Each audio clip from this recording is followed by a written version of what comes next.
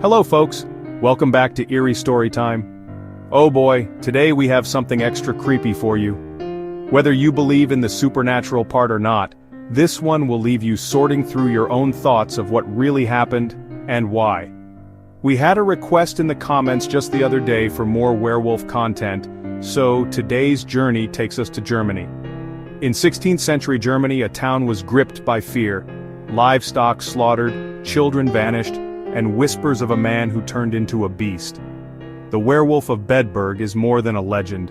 It's a terrifying tale of bloodlust, hysteria, and a trial that shocked history. But was it myth or murder? As always, let's delve into the eerie shadows and you can decide for yourselves. The year is 1589 in the quiet German town of Bedburg. Nestled among rolling fields and dense forests, this small community seems peaceful at first glance. But beneath the surface, a sense of unease is beginning to spread, casting a long shadow over daily life. Life is simple with villagers tending their crops and livestock, but fear has taken root. Something is stalking the countryside. At night the forests seem to close in, and the wind carries strange, haunting sounds. Farm animals are found savagely torn apart, way beyond what any known animal could do. The attacks are brutal, leaving behind scenes of horror that no one in Bedburg has ever witnessed before. The brutal way they were killed suggests a predator with a chilling, almost human cruelty. Deep claw marks gouge the wood, and trails of blood lead off into the darkness, as if the killer is taunting those left behind. Soon the horror gets worse. Children start to disappear. Parents search desperately, calling names into the night, but the silence that answers is deafening. Panic spreads. The villagers are terrified, convinced a monstrous creature is hunting them. No one feels safe, not even in their own homes. The people in charge can't do anything. The fear grows with each attack. The town leaders argue and search for answers, but every solution seems hopeless. When things get really bad, people start believing in old superstitions. Whispers turn into rumors of a werewolf, a man who changes into a beast. Old tales, once dismissed, are now spoken in hushed voices by candlelight. People who saw it describe a huge wolf with glowing eyes and unnatural smarts.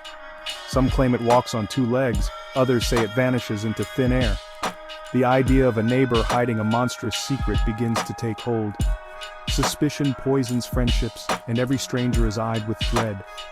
Fear of the unknown is now mixed with fear of the familiar. People lock their doors and windows, but the real terror is that the monster could be someone they know. The town is gripped by paranoia, every shadow a possible threat. Even the bravest hesitate to walk alone after dark. It's hard to tell the difference between a person and a monster. The line between man and beast blurs and trust is shattered. Bedburg's nightmare is just beginning. The storm clouds gather and the sense of doom grows heavier with each passing night.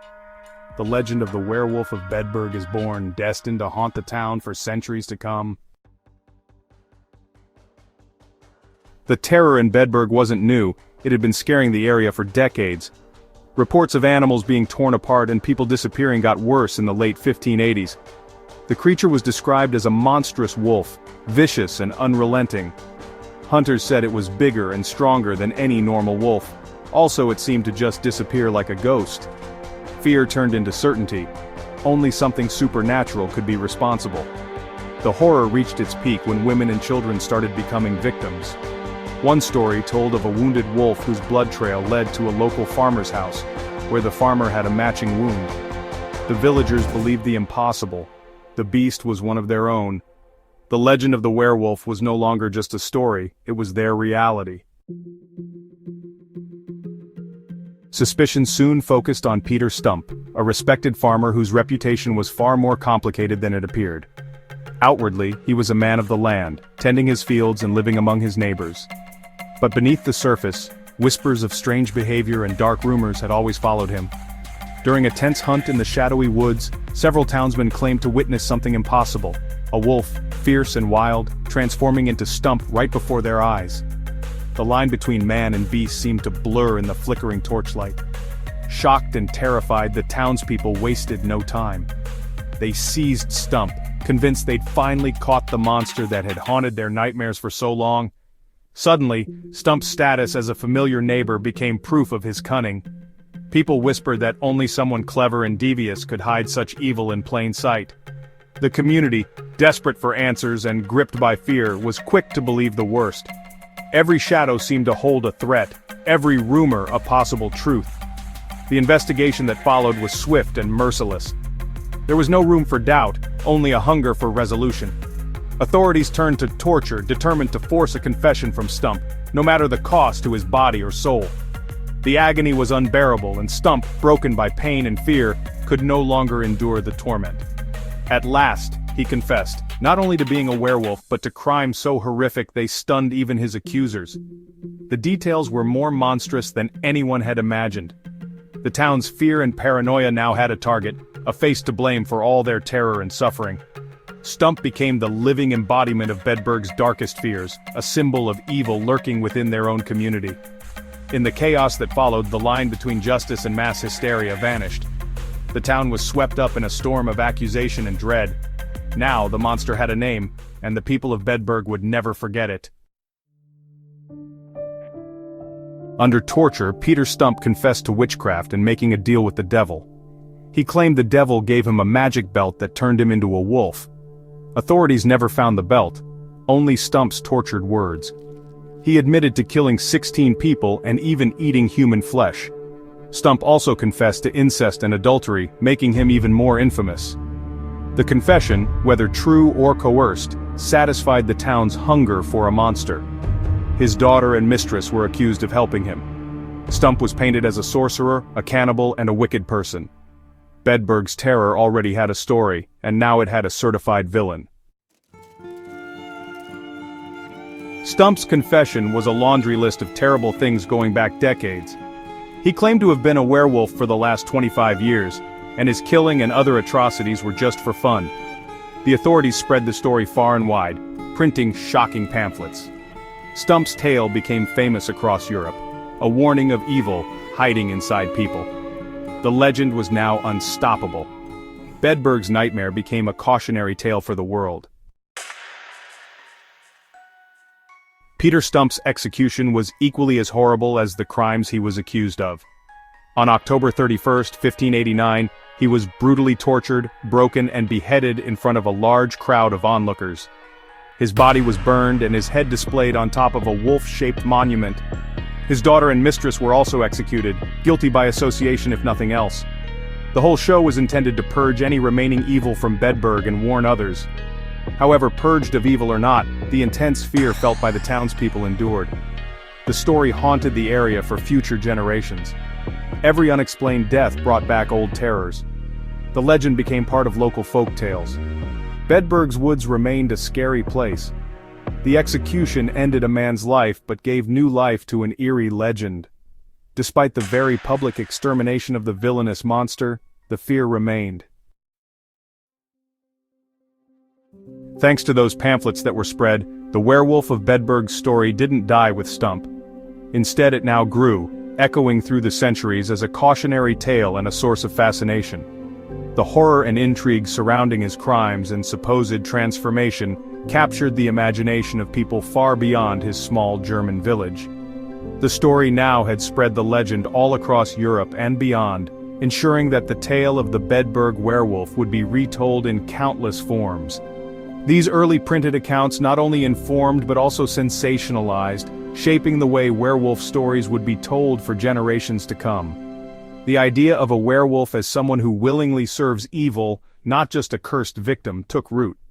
Stumpf's story introduced the notion of a human who chooses darkness, blurring the line between monster and man, and making the werewolf a symbol of inner corruption and temptation. Modern pop culture owes a lot to this tale. Magic objects, deals with the devil and clever monsters.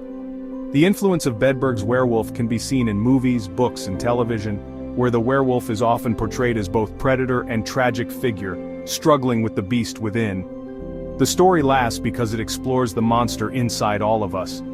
It asks us to consider what we might become if pushed to the edge, and whether evil is born or made. The werewolf legend endures because it reflects our deepest fears about ourselves. Was Stumpf truly a werewolf, a madman, or simply a victim of mass panic and brutal torture? The lines between guilt and innocence, reality and myth, are forever blurred by the hysteria of the time. The truth remains a mystery, lost in the mists of history and legend. We may never know what really happened in Bedburg, or what darkness truly lurked there. The magic belt was never found. The confession came under extreme pain. Evidence was scarce, and fear was abundant, leaving us to wonder how much was real and how much was fictionalized for the public to portray the evil in the man. The legend lives on, blurring the lines between myth and reality. It continues to haunt our stories, our nightmares, and our understanding of what it means to be human. Bedburg's werewolf still howls through history, a chilling reminder of the darkness within us all and the enduring power of a monster's legacy. That's a wrap on the legend of the Werewolf of Bedburg. So tell me, what do you think? Could this be a legitimate case of a supernatural creature, an actual werewolf, lurking among its neighbors for years and years? Could it be mass hysteria, and a public looking for answers with their authorities desperate to provide a villain? In any case, the ordeals that the people of Bedburg faced were awful, so their need for closure does make sense. Thank you for joining me on another delve into the shadows of folklore. And again, thank you to the viewer suggestion for additional werewolf content. We've now released several videos based solely on viewer requests and are always happy to do so. Our goal is to share as many eerie stories as we can. Just leave us a comment or you can send us an email if discretion is preferred. Please like and subscribe. That lets us know you are enjoying the content and helps to get the channel out there for others to discover. Until next time.